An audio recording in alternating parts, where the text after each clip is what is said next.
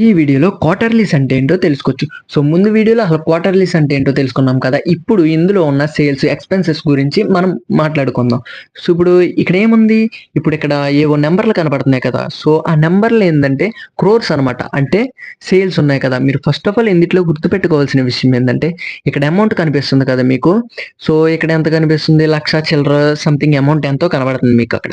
అక్కడ అన్నీ కూడా క్రోర్స్‌లోనే ఉంటాయి. ఫస్ట్ ఆఫ్ ఆల్ మీరు గుర్తుపెట్టుకోవాల్సిన విషయం ఏంటంటే క్రోర్స్ అని గుర్తుపెట్టుకోండి. సో, ఇక్కడ ఏముంది? సేల్స్ ఉన్నాయి. సేల్స్ చూసారా క్వార్టర్లీస్‌లో ఎవ్రీ క్వార్టర్ కూడా ఇవి పెరుగుతున్నాయి, తగ్గుతున్నాయి ఉన్నాయి కదా! సో, మీకు ఇక్కడ సేల్స్ అనేవి ఎంత పెరిగితే అంత మంచిగా పెర్ఫార్మన్స్ చేస్తుందని మీరు అర్థం చేసుకోవచ్చు. సో, ఆటోమేటిక్‌గా ఎక్స్‌పెన్సెస్ కూడా పెరుగుతాయి కాబట్టి సో, అది పెద్ద ప్రాబ్లమే లేదు. అండ్ ఆటోమేటిక్‌గా మన టెక్నికల్ పార్ట్‌లో ఆపరేటింగ్ మార్జిన్స్ అంటే ఏంటో కూడా తెలుసుకున్నాం. ఇక్కడ ఓపీఎం అనేది కూడా మనం ముందు వీడియోలో తెలుసుకున్నాం. సో, ఇది కూడా పెరుగుతూ ఉండాలి. సో, అట్లానే ఇంకోటేముందంటే ఇక్కడేముంది అదర్ ఇన్‌కమ్స్ అంటే ఓన్లీ అదే ఇన్‌కమ్ నుంచి కాకుండా డిఫరెంట్ డిఫరెంట్ కంపెనీస్ నుంచి ఇన్వెస్ట్‌మెంట్‌లు కావచ్చు, లేదంటే వేటి ద్వారానైనా ఇన్‌కమ్స్ వస్తే వాటిని అదర్ ఇన్‌కమ్స్ అనే అంటారు. అండ్ నెక్స్ట్ వచ్చేసినప్పటికి ఇంట్రెస్ట్ అంటే వీళ్ళు కట్టాల్సిన డబ్బులుంటాయి కదా!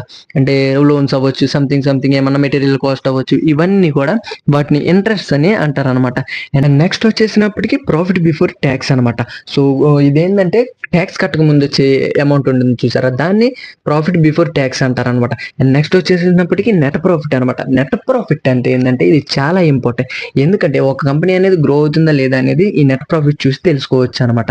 సో, ఈ నెట్ ప్రాఫిట్ అంటే ఏందంటే ఒక కంపెనీ యొక్క లాభం అనమాట. గుర్తుపెట్టుకోండి ఎప్పుడైనా సరే ఈ కంపెనీ అనేది నెట్ ప్రాఫిట్ ఎక్కువ చేసే కంపెనీస్‌లోనే మనం ఇన్వెస్ట్‌మెంట్ చేయాలనమాట. గుర్తుపెట్టుకోండి.